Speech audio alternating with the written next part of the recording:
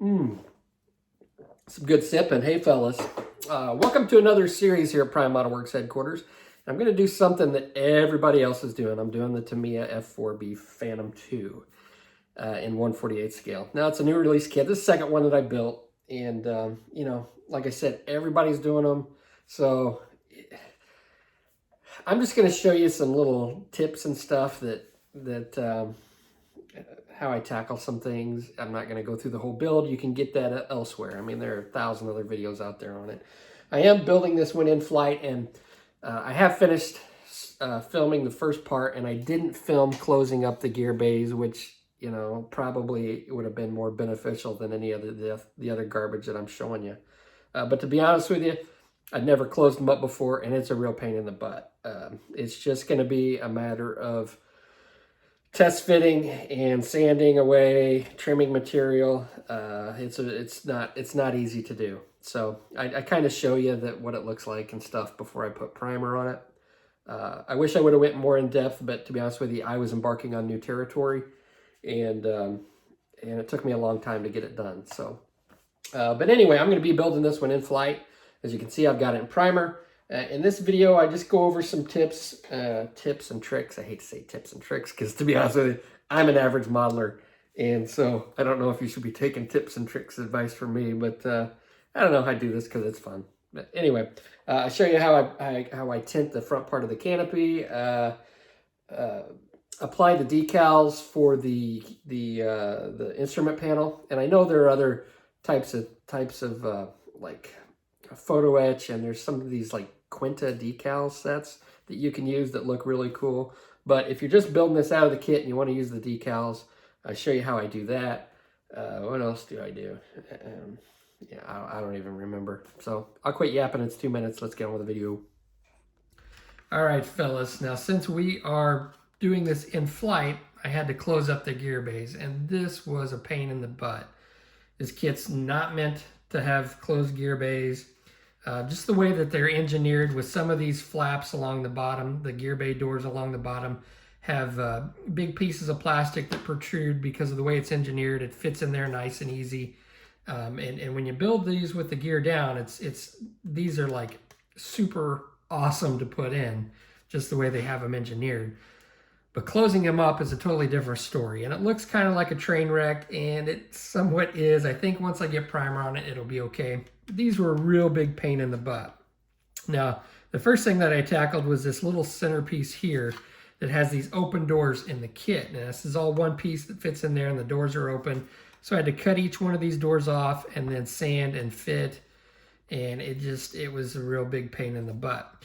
Now, the 3 separate gear bay doors are a little bit too big for the openings. So I had to do a lot of fitting and then sanding, and it was just, it's not that easy to do. And we'll see what it looks like once I get prime and paint on it, but I think it'll be okay. Because I did do that, I didn't have to put in any of the gear bay, what do they call that? The side walls of the gear bay. I didn't mess with putting any of that in. So, you know, yeah, but those are pretty easy to put together. Now, the front was actually fairly easy. I did have to do a little bit of trimming, but these fit in here somewhat easily, a lot easier than the rear ones did. And then I also filled in this spot right here, which is open. That'll be painted I'll put like a dark wash in there. I think that's supposed to be open. But I didn't want to get paint inside my cockpit because I'm having a closed canopy, so I wanted to seal all that up. But the front wasn't too bad. The rear, if you're going to build this with the gear up, be prepared to do a lot of test fitting and sanding, and hopefully you can do a little bit better job than what I did here. All right, fellas, what I'm going to be doing now is I'm going to be tinting the canopy like you see in the picture. It's kind of like a bluish green. I guess you could call it teal. Oh, drop my papers. So I've got my canopy mask up, and I'm going to be spraying the inside, not the outside. If I spray the outside, I'm going to have to mask that off, and there's a chance that I can lift up some paint. If I do it on the inside, I'm not going to be touching it. I'm not going to have to worry about any fingerprints or anything like that, because when it goes on the model, I'm not going to be touching any of that. So I've got this masked off. I'm going to start off, I've got this little microfiber cloth, and I'm just going to wipe it off. Make sure I don't have any fingerprints on the inside or any dust. Wipe off the back so I can see that too. Now, the big issue that I've found with doing this is getting little dust particles and airborne particulates into your paint. That's probably going to happen. If it's not too bad, I usually keep it. If it's really bad, what I'll do is I'll just take some isopropyl alcohol and wipe it off, wipe all the paint off, and start over. See, I've already got a little piece on there, and I don't know if that's, you can see that, but there's a little piece in there already. And it's just probably going to happen. Now, how I do this is I'll mix a little bit of Tamiya clear green with some clear blue, and I'm going to thin it with Mr. Color Leveling Thinner. Get this out of the way so I don't mess it up. And it's not going to take much.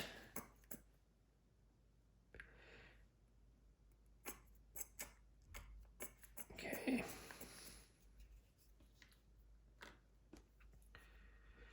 And one of the key things is to get it thin enough that you can spray it at a low pressure, but thick enough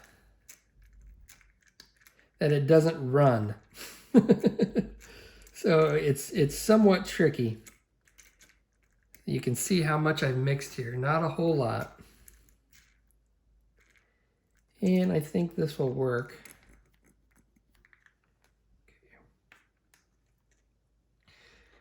Now I've got my airbrush, my Iwata HPCS, which is a 3.5 millimeter nozzle, or 0.35 millimeter. I always get that screwed up. Nozzle, and I've got it set at about 10 PSI. Okay. What I like to do, let me grab my airbrush here. Okay. What I like to do first is I'm going to squirt a little bit of isopropyl alcohol in there just to clean out if there's any dust or anything in there. Get anything out of there that I don't want that's going to be shot onto my piece. Okay. And we'll go ahead.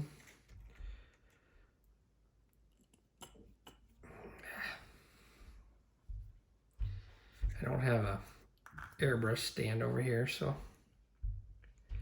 got to do a little bit of airbrush acrobatics. All right. Now again, if this doesn't work out, I can always come back, wipe it off, and redo it. Okay. Let me get a piece. All right. So I'm just going to take this. I'm slowly going to go over it.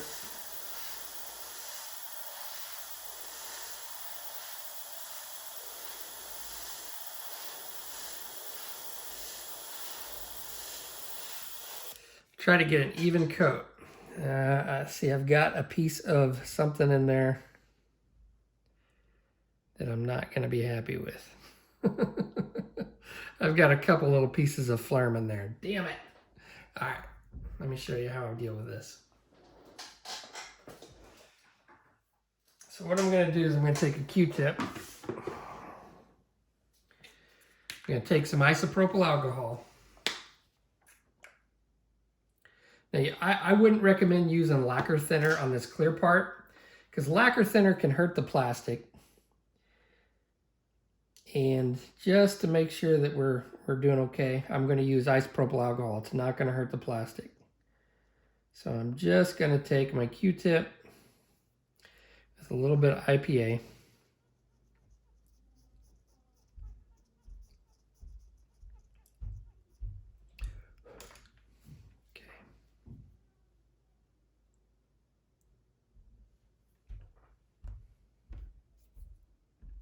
Now when you use a Q-tip, especially with this tape on here, there's a chance I'll get little bits of the cotton on here as well, so I gotta look out for that.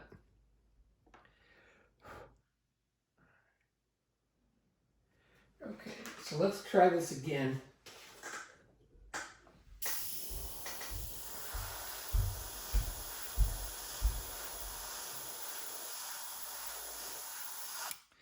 All right, now I got a decent wet coat on there. Is that on the inside?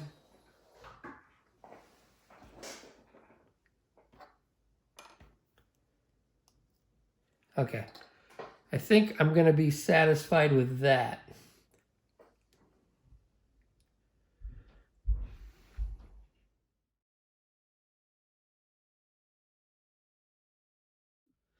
All right, fellas, so I wanted to touch on something that I picked up from Darren Cook from the Grumpy Modeler and the Model Geeks podcast. He had built this Phantom before I built my first one, and the decals that they give you, they're actually not too bad, but they come in one sheet that you're supposed to overlay. Now, if you look at, let me bring some light over here, guys. If you look at the actual plastic part, there are little knobs under some of these, and the decals have a hard time fitting over this. So what I've done is I've cut out each individual decal for the dials and stuff, and anytime there was a bump in the plastic, like a knob, I would go ahead and I put a hole in the decal right there so it'll fit over that hole and conform a lot easier over the plastic part. So that's a little trick. Cut out each one individually and then cut holes where the knobs are so it fits over it. And I'll show you how this works. And it's somewhat delicate. And this is a really tiny piece for somebody that doesn't typically work in 48 scale. It's a little small for me.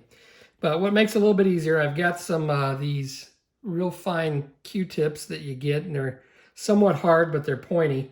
It's a lot better than trying to stick one of these behemoths in here that basically half the size of the darn plastic part. So I'll take some of my micro saw, and we'll do this top one first. I'll put a little bit of micro saw on here. Now I do have a gloss coat over this because I like the way that works better. Just gonna lay this down.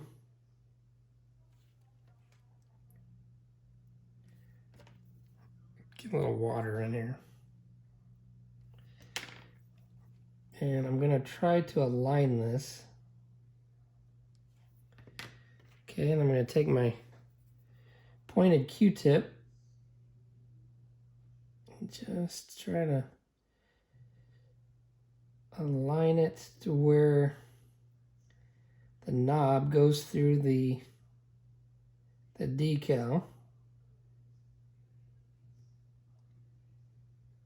Press it down.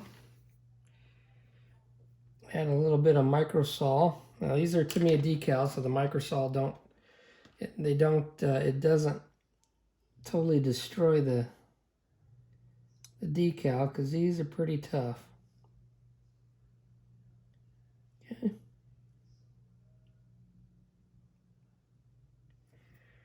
All right.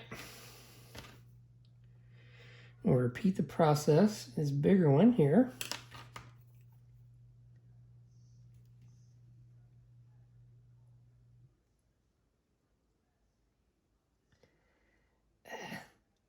Stick on there. Oh, there we go.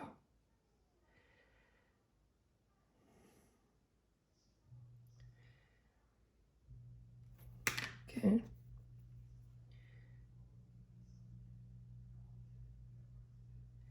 And this works out much better than trying to apply just the whole decal over the whole thing. It is a little bit more time consuming, but the results are worth it. And the last one I did, it really worked out really well. I'd never done it this way before. Usually I'll just paint them and they look like crap. And again, you probably won't be able to see a lot of this from outside. Yeah, you might be able to see some of this from outside the closed canopy. But that's all there is to it, fellas. You just gotta be patient. I think I cut the knob into this one. I hope I did.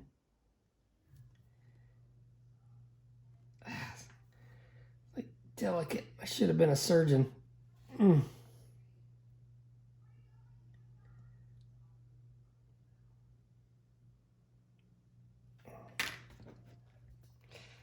All right. It will probably take me a half an hour to get all these little decals on.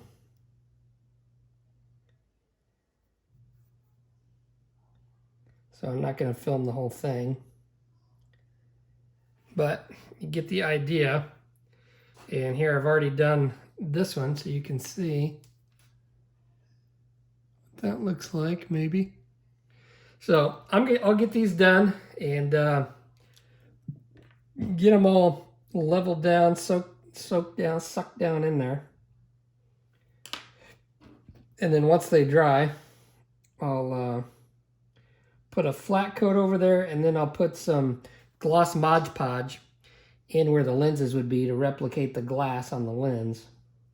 And then I'll show you some pictures of what it looks like. But that's a little trick that Darren from the Grumpy Modeler gave me, and it works out really well.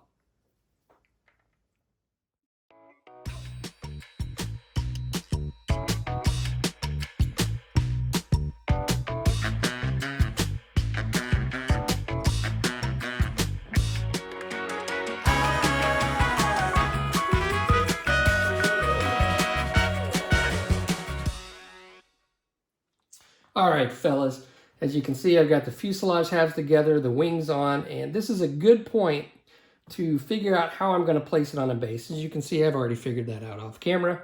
I'm using a 1/4 inch acrylic rod, and I'm only using one. Now, typically what I like to do is run these through the exhaust cans.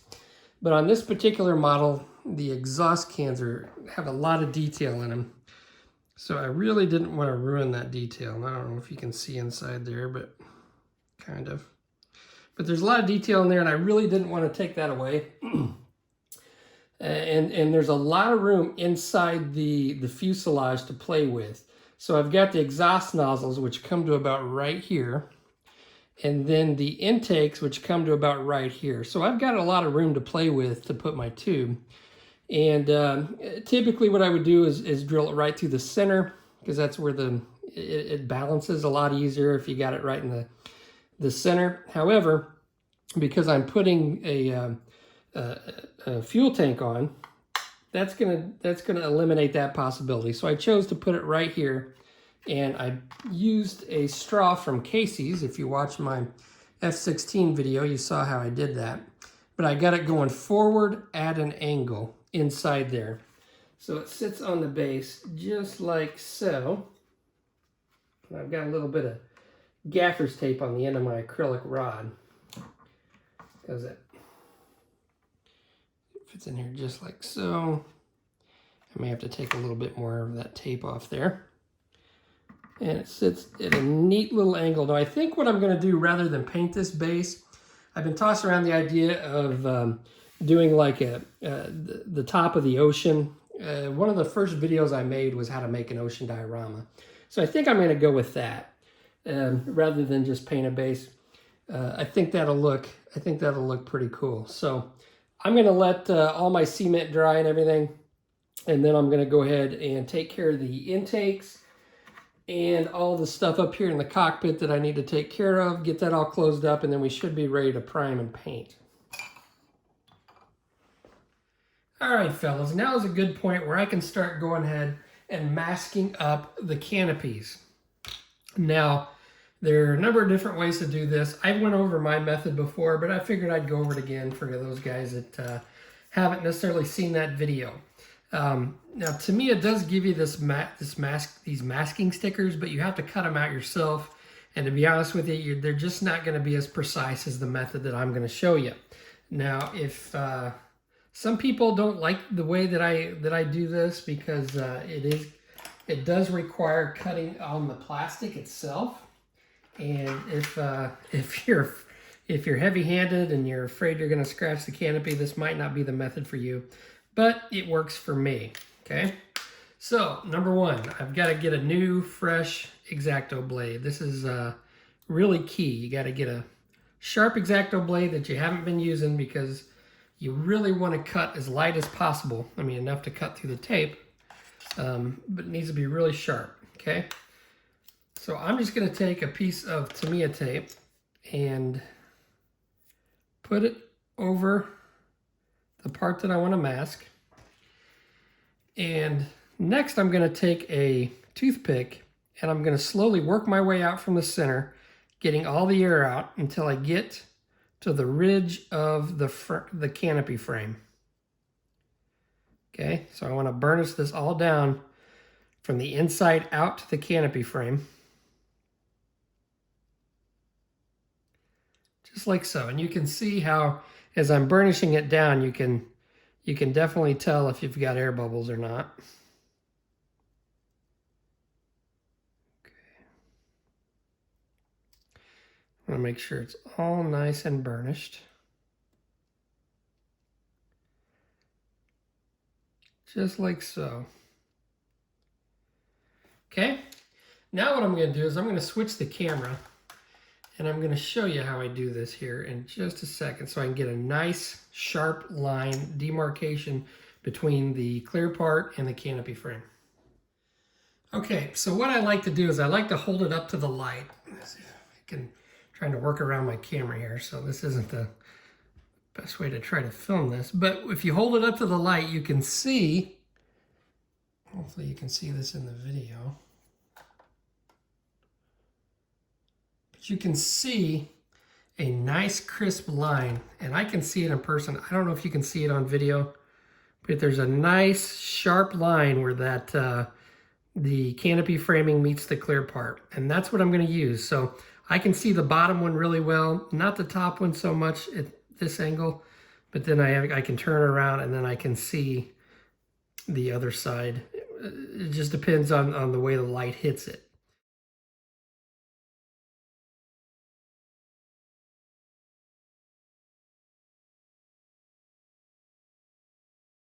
So I'm going to go ahead and I'm going to start down here on the bottom. Okay. I'm going to find that line and I'm just lightly going to go right along that line.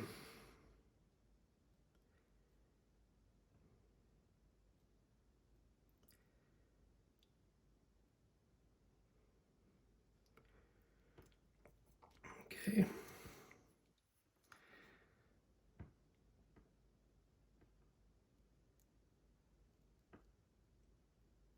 And I'm not using a lot of pressure.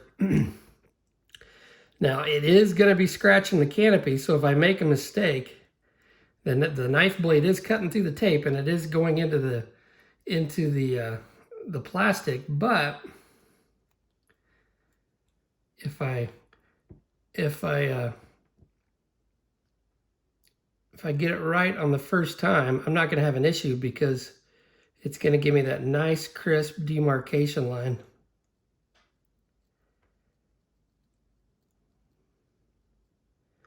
And you're not going to see where it actually dug into the plastic just a tiny bit. Okay.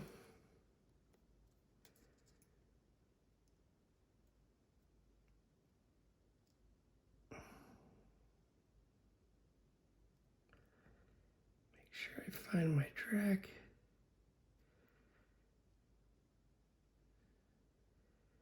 Now, if you have a dull knife, what's going to happen is you're going to find that it didn't cut all the way through. And it's going to cause a mess. So, there we go. And now I have a near perfect mask on my canopy. Now, I'm going to go ahead and do it the same way. This because of the way that the window here is formed, I may have to use a couple different pieces of tape. Because if I try to stretch one big piece of tape over this, I may get some creases and stuff that's going to allow paint to get in under there that I don't want. So I may have to use a couple different pieces, but it's the same process. I'll just burnish it down, starting from the inside outward to the canopy frame, and then use the light to find my line and make shallow cuts.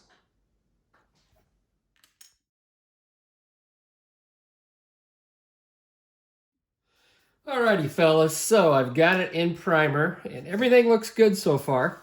The bottom looks much better once I got it in primer. It's all one color. I mean, it's still not perfect, but To be honest with you, I'm pleasantly surprised at how well that looks underneath here. Of course, I mean, this is going to be on a stand, so this isn't going to be something that you're going to prominently see, and it's going to be tilted at an angle. So you'll have to actually pick up the model and look at it and turn it around to notice anything. But to be honest with you, it's not that bad. I'm pleasantly surprised with how the landing gear bay doors look, and yeah, I think it looks pretty good, fellas. I'm going to get to wet sanding this, and then we're going to paint it. Now, I'm not sure. I've got some decals left over from the last time I built this. These are the furball aero design decals for the U.S. Navy Vietnam Phantoms. And I'm trying to decide on whether I want to do this one here or this one here. It just has a lot more color in this one. It's got a lot of yellow, which I think is a little more eye appealing than this one. But I wanted to do one with either the white or the tan radomes. I just think that looks different on an F4. I think it looks cool. So I'm going to decide which one of these I'm going to do. And like I said, I'm going to wet sand this, and then we'll start painting probably on the next episode.